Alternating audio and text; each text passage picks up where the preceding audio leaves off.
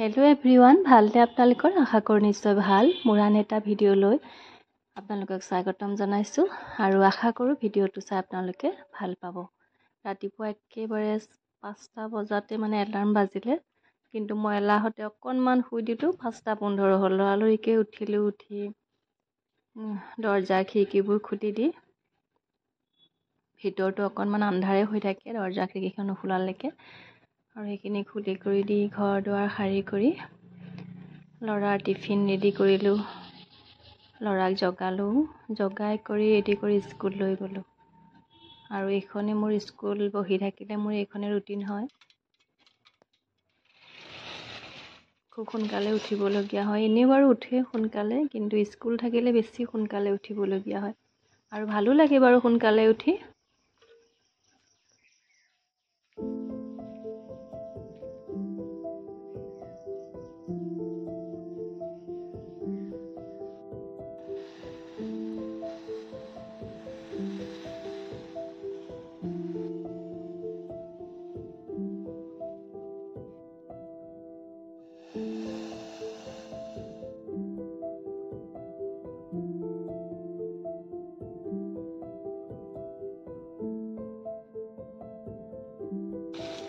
আৰু এইখিনি সময় আছিল স্কুলৰ পৰা আহি পোৱাৰ পিছৰ ভিডিঅ'।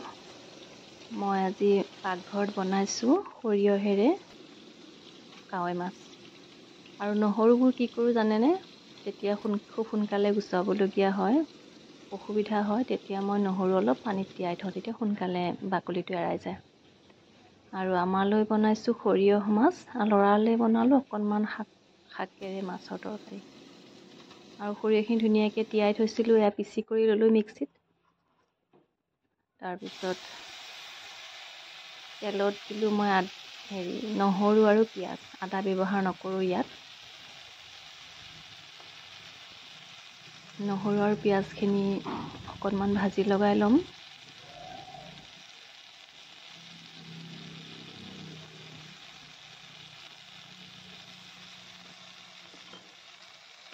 খুব বেছি তেল ব্যৱহাৰ নকৰোঁ।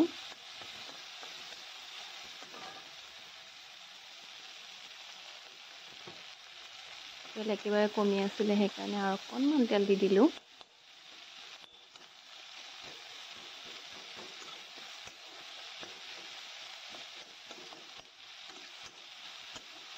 পিঁয়াজ আৰু নহৰুখিনি ভালকৈ ভাজি লগালোঁ।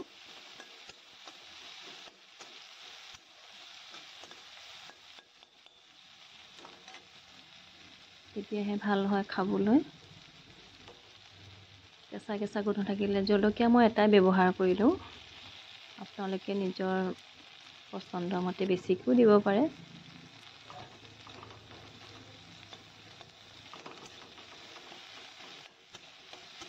জলকীয়াটো মই বেছি ভাজা নাই প্ৰথমৰ পৰাই, নহ'লে অসুবিধা হয়, নাকত ধৰে যে, ল'ৰাই অলপ অসুবিধা পায়, সেইকাৰণে মই অলপ দেৰিকৈ দিলোঁ জলকীয়াটো।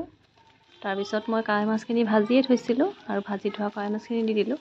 আৰু তাৰপিছত মাছখিনি সিজিবলৈ অকণমান পানী দিলোঁ, কাৰণ এতিয়াই সৰিয়হ দিলে বেছি সময় সৰিয়হটো কেৰাহীত থাকিলে তিতা হৈ যায় যে, সেইকাৰণে অকণমান মাছটো মই পানীতে সিজাই ল'ম।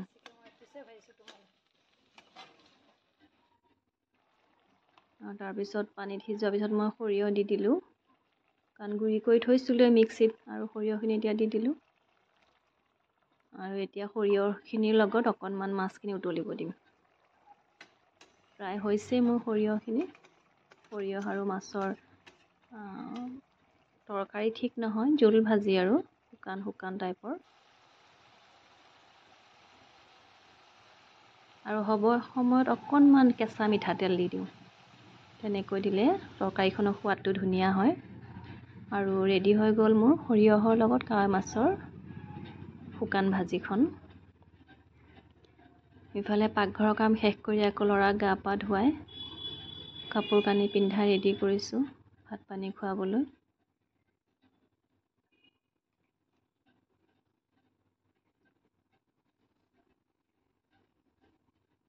তাৰ কামখিনিতো এতিয়া ময়ে কৰিবলগীয়া হৈ আছে, কাৰণ সি সৰু হৈ আছে। গা পা ধোৱা কৰা, কেতিয়াবা নিজে ধুব দিওঁ বাৰু, কিন্তু নিজে ধুলে ইমান ভালকৈ ধুব নাজানে যে, সেইকাৰণে মই ধুৱাই দিওঁ প্ৰায়।